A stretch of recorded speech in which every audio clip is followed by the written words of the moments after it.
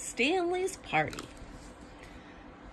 Stanley knew he wasn't supposed to sit on the couch, but his people went out a lot, and they never came home before midnight.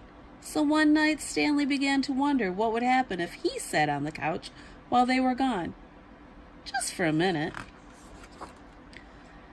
He put one paw on the couch and waited. Nothing happened. He put a second paw up. Slowly, Stanley dragged his whole body onto his couch. He sat there nervously listening. He waited for someone to yell, "Stanley, off the couch!" But no one said a thing, so Stanley lay down. The couch was more comfortable than he ever dreamed. Stanley stretched out his legs.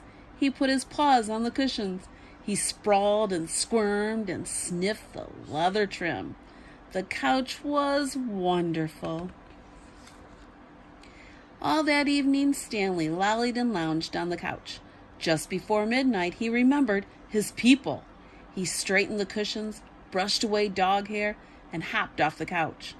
When his people came home, he was waiting at the door. "Good dog, Stanley," they said. "Ruff," said Stanley, wagging his tail.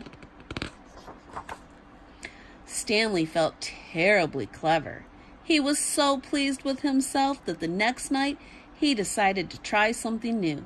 He had noticed that when his people sat on the couch, they often listened to music. Stanley had seen how they got it. He pushed some buttons with his nose. A moment later, music filled the room. Stanley was entranced. His body began to sway. His feet began to move. Soon Stanley was waltzing around the room. When the music changed, he tried a cha-cha and a tango. He even did a bit of ballet. Stanley danced up a storm that night. He didn't stop until just before midnight. Then he turned off the music and tidied the couch. When his people came home, he was sitting on the living room floor. "Good dog, Stanley," they said. "Barkity bark bark," said Stanley. On the third night, Stanley broke into the fridge. It wasn't hard. He just pushed his nose firmly into the rubber seal, and the door just popped open. There was a lasagna in there that he'd been watching for days. It didn't last long. After it was gone, Stanley licked the plate clean and put it in the sink. When his people came home, he was lying on his dog bed. "Good dog, Stanley," they said. "Burp," said Stanley. Stanley couldn't believe his new life. Now, he didn't mind at all when his people went out.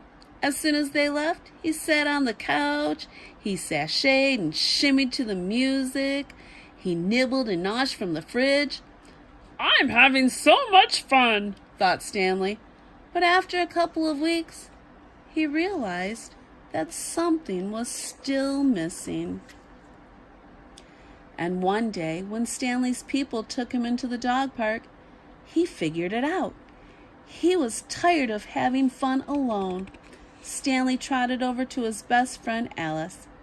"How'd you like to come over to my house this evening?" said Stanley in dog talk. "What for?" asked Alice. "We could sit around on the couch," said Stanley. "Put on some music, do a little dancing, maybe have a snack." "Sounds great," said Alice.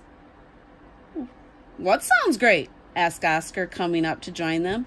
Before Stanley knew it, he had invited Oscar too, and Mabel, and Digger, and Gassy Jack.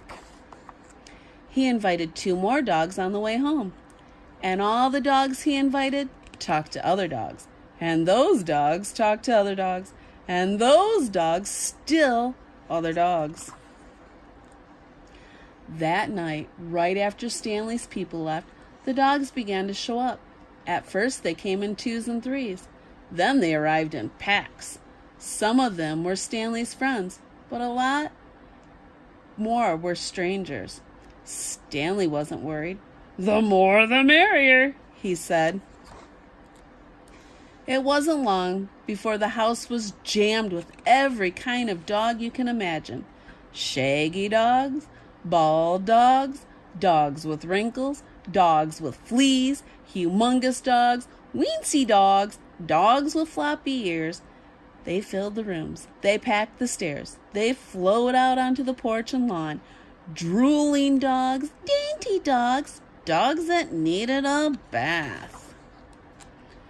"Anyone hungry?" asked Stanley, popping the fridge door open. Dogs poured into the kitchen. "Help yourself," said Stanley. Soon the fridge was bare. "Anyone care for some music?" asked Stanley.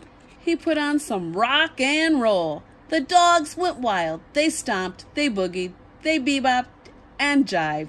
They twisted and jiggered and mashed. They danced until their paws were sore. They danced till the whole house shook. And who do you think danced hardest of all? Stanley.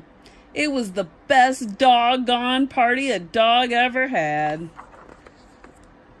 It was also the only night ever that Stanley's people came home early. At first, they didn't say anything. Then they said together very loud, "Stanley, bad dog!" All the dogs except Stanley had to go home. Stanley helped his people clean up. It took 2 whole days. After that, whenever Stanley's people went out, they took Stanley with him. Stanley didn't mind. He went out a lot, and he never came home before midnight.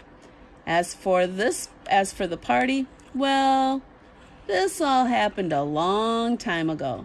But in Stanley's neighborhood, the dogs still talk about that night, and the dogs that were there told other dogs, and those dogs told still other dogs.